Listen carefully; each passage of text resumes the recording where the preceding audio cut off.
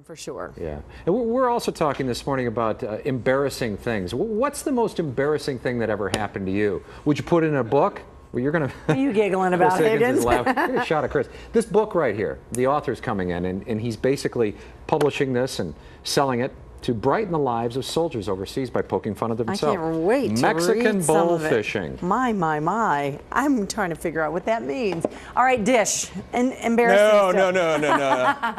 No? Do we have time? I mean, it could take a while. Okay, Sure. off air. We'll talk off air and maybe share later. Okay. Right? I'm just enjoying this book right now. It's 8:08. Even the title's funny. Mexican bull fishing and other tales of life. All right, this book is overseas with the troops right now, and they've been sending them to Afghanistan, Iraq. Some good stories. Yeah, a lot of folks send care packages to the troops, maybe toothbrushes, cookies, whatever. But a lot of folks don't think about sending books. A Missouri author who has written this book called Mexican Bull Fishing and Other Tales of Life is hoping to change that and give the soldiers a chuckle at his own expense. And he's here right now. It's William Douglas.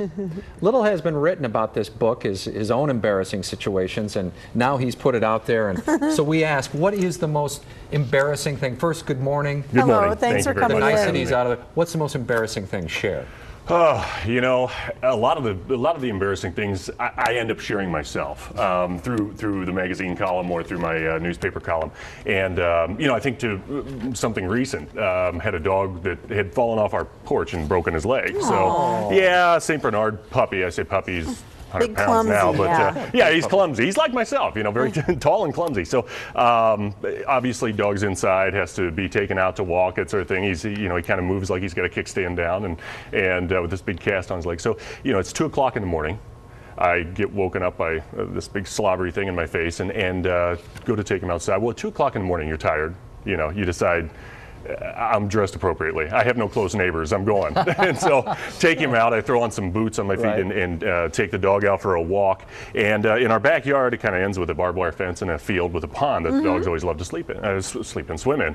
See, I'm still thinking about sleep at that point. And so I take him out, and all of a sudden he jerks the leash out of my hand and takes off running toward this pond under the fence. So I'm in my skivvies and some cowboy boots running after him in the middle of the night. Oh, no, you don't. He gets bogged down in some mud, and I took that opportunity and dove after the leash. So here I am laying in this field covered in mud in my skivvies with cowboy boots. I've snagged myself on the barbed wire fence. We won't talk about the area. And you know, here's this dog licking my face. Where's the camera when you want one? And so that is just one of the stories in this book. And it's a compilation of short stories. And your plan is to send some of these overseas with the help of the National Guard. Tell us how you're doing that. Right, exactly. You know, a friend of mine had given me the contact for the National Guard. This is something I wanted to do with the book. I wanted to do something good. And I know it sounds a little cheesy, but I really believe you can do well by doing good.